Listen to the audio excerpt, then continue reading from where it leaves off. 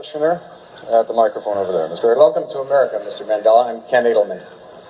Those of us who share your struggle for human rights and against apartheid have been somewhat disappointed by the models of human rights that you have held up since being released in jail.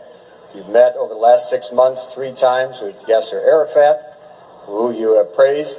You have told Gaddafi that you share the view and applaud him on his record of human rights and his drive for freedom and peace around the world. And you have praised Fidel Castro as a leader of human rights and said that Cuba was one of the countries that's head and shoulders above all other countries in human rights, despite the fact that documents at the United Nations and elsewhere show that Cuba is one of the worst. I was just wondering, are these your models of leaders of human rights? And if so, would you want a Gaddafi or an Arafat or a Castro to be a future president of South Africa? One of the mistakes which some political analysts make is to think that their enemies should be our enemies. Man, and InfoMinds and Hassan Campbell have the nerve to disrespect this man. I wish I could play the clip of Hassan Campbell's appearance on InfoMinds. I'm not upset with Hassan Campbell because Hassan Campbell is a character. He's a carefully crafted character that he invented along his journey of being a victim of pedophilia. Hassan Campbell at first was supposed to be a child advocate. He was supposed to be a guy that exclusively and only focused on children issues and highlighting pedophilia in the black community. As time went on, he realized that people liked his delivery. They liked this character that he displayed on YouTube, and they liked when he angrily talked about social events and various different things. And they like the fact that he's antisocial. They like the fact that the things that he's supposed to like, he doesn't like. The things that he's supposed to say yes on, he says no on. But at the end of the day, I was there when Hassan Campbell first made his appearance on YouTube, and he was a victim of pedophilia at the age of 17 years old, 16 years old, 15 years old. And Hassan Campbell was supposed to be a child advocate. But, he invented this character, so he goes around talking bad about people like Nelson Mandela. But he called Nelson Mandela a slave of the Illuminati. He called him the B word, a piece of a broken down old man who was a hero when he went to jail but came out of and InfoMinds allowed this fool to come onto his platform and speak like this about a legendary man like Nelson Mandela. First and foremost, let me tell you something about InfoMinds. This guy says that his #1 mission in life is to educate the youth, to uplift black people, to take black people out of the residual chains of slavery that are still there, to stop the anger, the self-genocidal attitudes that we embrace.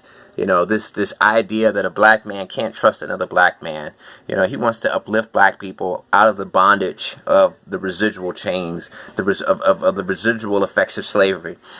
That's what he says his mission is. He says he wants to uplift us and educate us about our glorious past and help us get to a glorious future. But at the end of the day, he's allowing guys like Hassan Campbell to come onto his channel and verbally abuse a legendary guy like Nelson Mandela. First of all, Nelson Mandela is a true hero.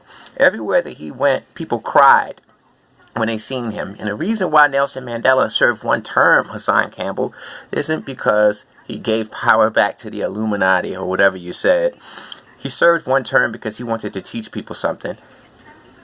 Giving up power is just as important as having power. You can do whatever you want to do in order to gain power, but you have to be disciplined and have enough integrity and dignity to know when it's time to give up that power.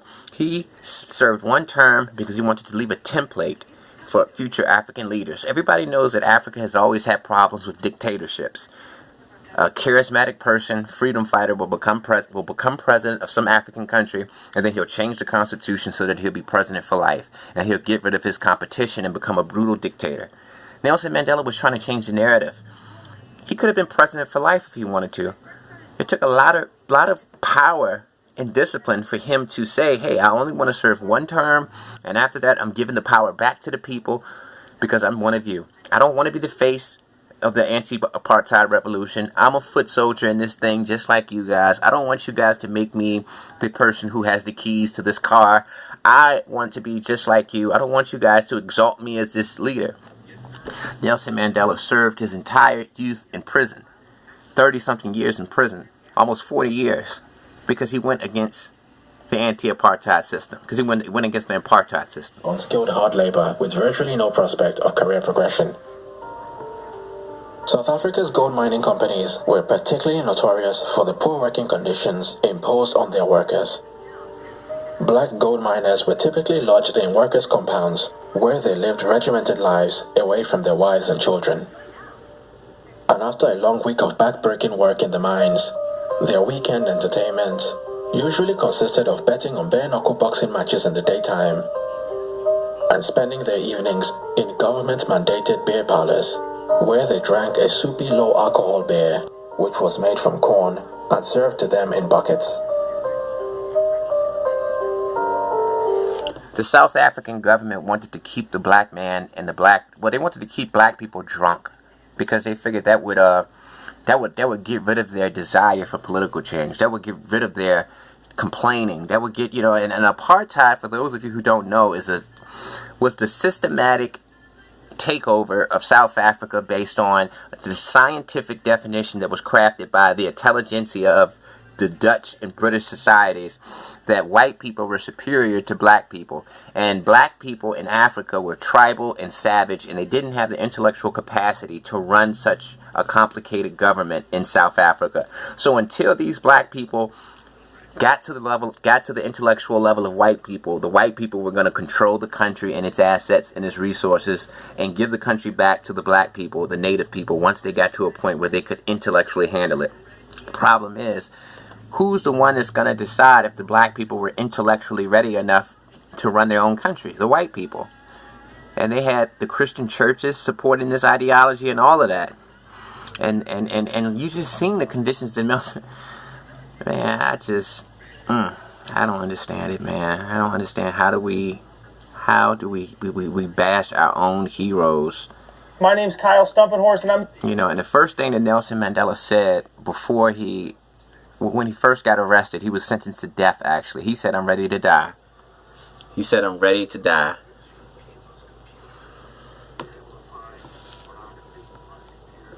Hold on. Time has come for us to consider, in the light of our experiences in this stay at home, whether the methods which we have applied so far are adequate.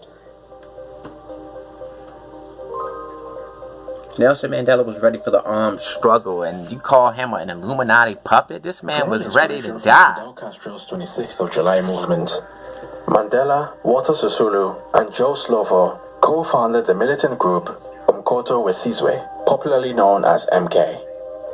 As chairman of the MK militant group, Mandela's first course of action was to seek international support and equip his fighters with as much military expertise as possible.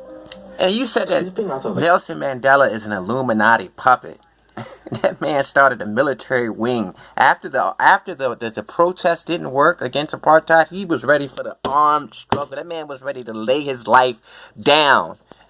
And you are some guy on YouTube calling him all of these offensive names, and you're popular because you got victimized at 17 by a 40-year-old man. And you were supposed to be this killer. You keep portraying yourself as this guy who ran his projects, who was this killer, and all of this different stuff. But at the same age you was out there killing your own people, you were getting raped by a man that was in his 40s. And I don't understand that, man.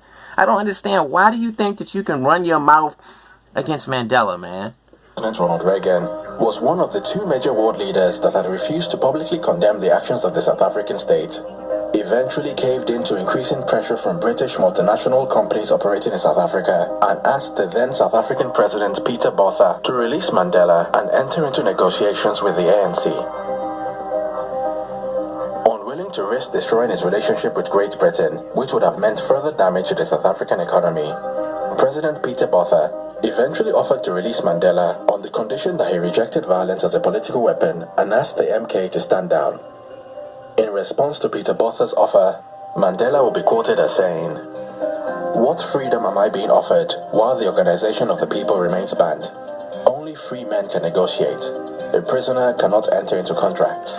And you got the nerve to say that he was a slave of the Illuminati. He served a term and gave it back. Y'all need to kill yourself. I mean, you are not a real black man. InfoMinds, you are a real black man. And Hassan Campbell, you'll prostitute yourself just for a YouTube check.